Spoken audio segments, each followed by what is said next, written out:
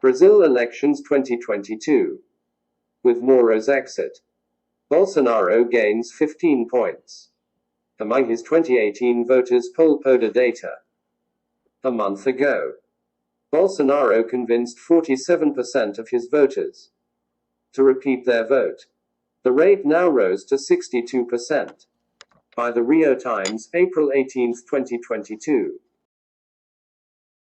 Rio de Janeiro, Brazil.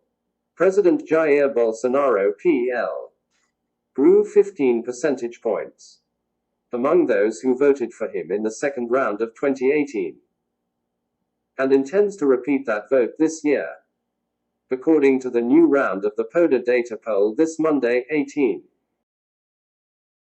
According to the Institute, the increase was favored by the departure of former Judge Sergio Moro, União, Brazil. A month ago, the conservative Bolsonaro had 47% of eligible voters among those who said they voted for him in the second round. In Monday's poll, the percentage of those who want to repeat the vote